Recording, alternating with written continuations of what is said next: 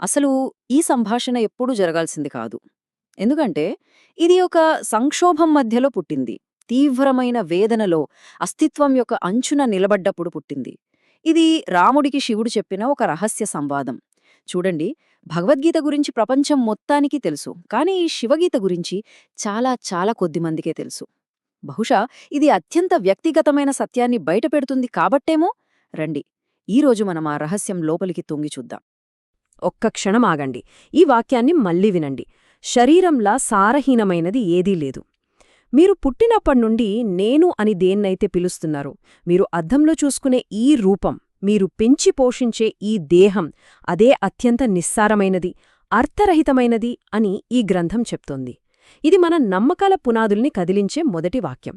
ఎందుకంటే ఒకవేళ ఇది నిజమైతే మనం ఇప్పటిదాకా నమ్మిందంతా ఒక అబద్ధం. ఇదే మొదటి ప్రశ్న. ఆలోచించండి, ఈ శరీరం అంటే ఏంటి? కేవలం మట్టి, నీరు, నిప్పు, గాలి, ఆకాశం, వీటి కలయిక అంతే. ఒక అరుదెచ్చుకున్న వస్తువులాంటిది. అది ఒకరోజు విడిపోవటం ఖాయం. అలాంటప్పుడు నిజంగా మీరు అని దేన్ననాలి? మీలో చనిపోనిది, మార్పు చెందనిది ఏమైనా ఉందా? ఇది రెండో ప్రశ్న, ఇంకాస్త లోతైనది. మీ మనసులో కోపమొస్తోంది, అది వెళ్ళిపోతోంది. సంతోషమొస్తోంది, అది వెళ్ళిపోతోంది. అచ్చమో సినిమా చూస్తున్నట్టుగా మీ ఆలోచనల్ని మీరు గమనించగలరు కదా? అంటే మీరు ఆ ఆలోచనలు కాదు, మీరు ఆ భావోద్వేగాలు కాదు. మరి వాటి వెనుక ఉండి వాటన్నింటినీ గమనిస్తున్న ఆ సాక్షి ఎవరు? ఆ చూస్తున్న చైతన్యమేది? ఇక చివరి, బహుశా అన్నింటికన్నా ముఖ్యమైన ప్రశ్న. ఈ నేనెవరు అనే గందరగోళానికి, మన జీవితంలో మనం అనుభవించిన ప్రతి కష్టానికి, కార్చిన ప్రతి కన్నీటి బొట్టుకి మధ్య ఒక విడదీయరాని సంబంధముంది. ఆ సంబంధమేంటి? ఈ మూడు ప్రశ్నలు మనల్ని నేరుగా ఒక వ్యక్తి కథలోకి తీసుకువెళ్తాయి. ఆయన బాధ మనందరి బాధకు అద్దం పడుతుంది. మనందరికీ శ్రీరాముడు అంటే దేవుడు, ఒక ఆదర్శపురుషుడు. కానీ ఈ కథలో మనం ఆయన్ని మొదట ఒక భర్తగా చూడాలి, గుండె పగిలిన ఒక మనిషిగా చూడాలి. తన భార్య సీతను రావణుడు ఎత్తుకెళ్లినప్పుడు ఆయన తీవ్రమైన దుఃఖంలో, నిస్సహాయతలో మునిగిపోయాడు. ఆయన దేవుడే కావచ్చు, కాని ఆయన అనుభవించిన ఆ వేదన పూర్తిగా మానవమైనది. ప్రేమను కోల్పోయిన ప్రతి ఒక్కరి వేదన అది. రాముడి బాధ కేవలం ఆయనది మాత్రమే కాదు, అది మనందరి కథ. ఆలోచించండి, మన జీవితంలో మనం ప్రేమించేవాళ్లు దూరమైనప్పుడు, ఉద్యోగం పోయినప్పుడు, మన గుర్తింపుకే ఏదైనా దెబ్బ తగిలినప్పుడు మనం కూడా అలాగే కుంగిపోతాం.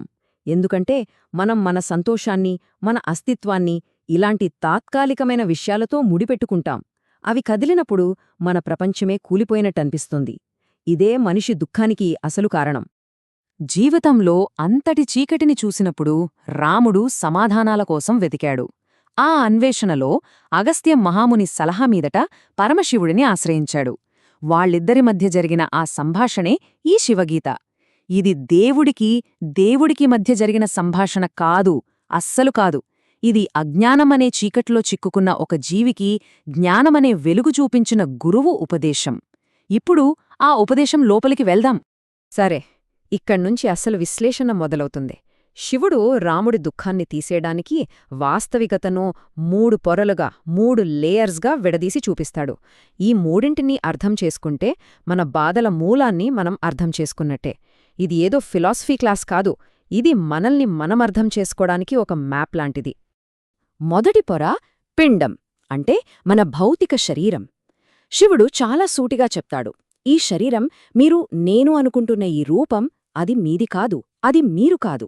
అది కేవలం పంచభూతాలైన మట్టి, నీరు, నిప్పు, గాలి, ఆకాశం, వీటి కలయికతో ఏర్పడిన ఒక టెంపరరీ పాత్ర, అరువు తెచ్చుకున్న ఒక వాహనం. అది పుడుతుంది, పెరుగుతుంది, ముసలిదవుతుంది, చనిపోతుంది. దాని ప్రయాణం అంతే. మరి దానితో ఎందుకంతలా మమేకమవుతున్నాం? దాని సుఖమే మన సుఖంగా, దాని దుఃఖమే మన దుఃఖంగా ఎందుకు ఫీలవుతున్నాం? ఇక్కడే ఉంది మొదటి పొరపాటు. ఈ ఐడియాని అర్థం చేసుకోవడానికి శివుడు ఒక అద్భుతమైన పోలిక చెబుతాడు. ఈ స్లైడ్లో చూడండి. మన బంధువులు, స్నేహితులు, ఈ ప్రపంచంలోని సంబంధాలన్నీ ఒక చెట్టుమీద రాత్రి కాగిన పక్షుల గుంపులాంటివట. ఉదయం కాగానే ఏ పక్షికా పక్షి వేర్వేరు దిశలకి ఎగిరిపోతాయి. చెట్టు అక్కడే ఉంటుంది, కాని పక్షులు శాశ్వతంగా ఉండవు. అలాగే ఈ శరీరమనే చెట్టును వదిలి ఆత్మలు తమ తమ దారిన వెళ్ళిపోతాయి. అందుకే మనం చెట్టు కాదు, పక్షులం. ఈ శరీరంలో కేవలం టెంపరరీగా ఉంటున్నవాళ్లం అంతే. శరీరం మనం కాకపోతే మరి మనమెవరు? సహజంగానే రాముడిలో ఈ ప్రశ్న పుట్టింది. ఆయన నేరుగా శివుణ్ణి అడుగుతాడు, మహాదేవా, అయితే ఆ జీవాత్మ ఎక్కడుంటుంది? దాని అసలు స్వభావమేంటి? ఇది మనందర్లో మెదిలే ప్రశ్న. ఇక్కడ్నుంచే మనం రెండో పొరలోకి, ఇంకొంచెం లోతైన రహస్యంలోకి వెళ్తున్నాం. శివుడి సమాధానం వినడానికి ఓ పజిల్లా ఉంటుంది. ఆయనేమంటారంటే, నన్ను మీ కళ్ళు చూడలేవు, ఎందుకంటే ఆ కళ్ల ద్వారా చూస్తున్న చైతన్యాన్ని నేనే. మీ చెవులు నన్ను వినలేవు, ఎందుకంటే ఆ చెవుల ద్వారా వింటున్నది నేనే. నేను అన్నింటినీ తెలుసుకునేవాడిని, కాని నన్ను ఒక వస్తువులా ఎవ్వరూ తెలుసుకోలేరు. అంటే ఆత్మ అనేది మీరు చూడగలిగే ఒక ఆబ్జెక్ట్ కాదు, మీరే ఆ చూస్తున్న సబ్జెక్ట్. అది ఎప్పుడూ గ్రహించేది, గ్రహించబడేది కాదు. ఈ స్లైడ్ చూడండి, ఆ రెండిటి మధ్య తేడా ఎంత స్పష్టంగా ఉందో. శరీరం తాత్కాలికం, ఆత్మ శాశ్వతం. శరీరం మూలకాలతో తయారైంది, ఆత్మ అన్నిటినీ తెలిసినది. శరీరం చూడబడేది, ఆత్మ చూసేది. శరీరం నిరంతరం మారుతూ ఉంటుంది, ఆత్మ స్థిరంగా మార్పు లేకుండా ఉంటుంది.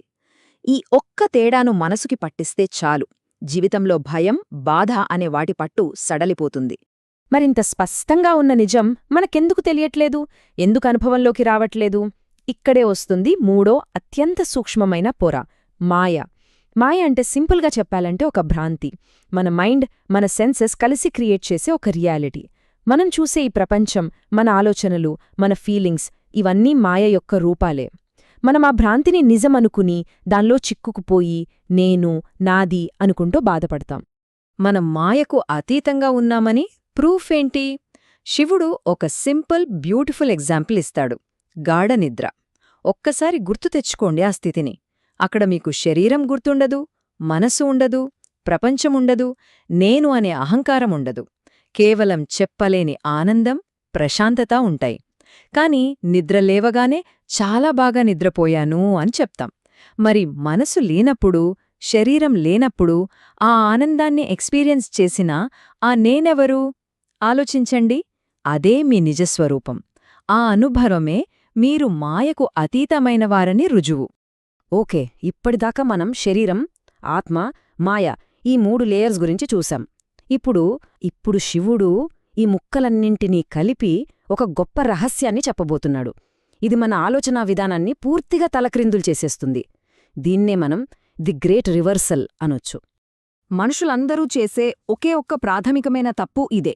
ఏంటంటే, మనం ఈ అనంత విశ్వంలో ఓ చిన్న పురుగులాంటి వాళ్లం అని అనుకోవడం. ఈ శరీరమనే జైల్లో బంధించబడిన ఒక జీవిగా మనల్ని మనం చూసుకుంటాం. ఇదే అన్ని భయాలకు, అభద్రతలకు, దుఃఖానికి మూల కారణం. మనం విశ్వం నుంచి వేరైపోయామనే భావన.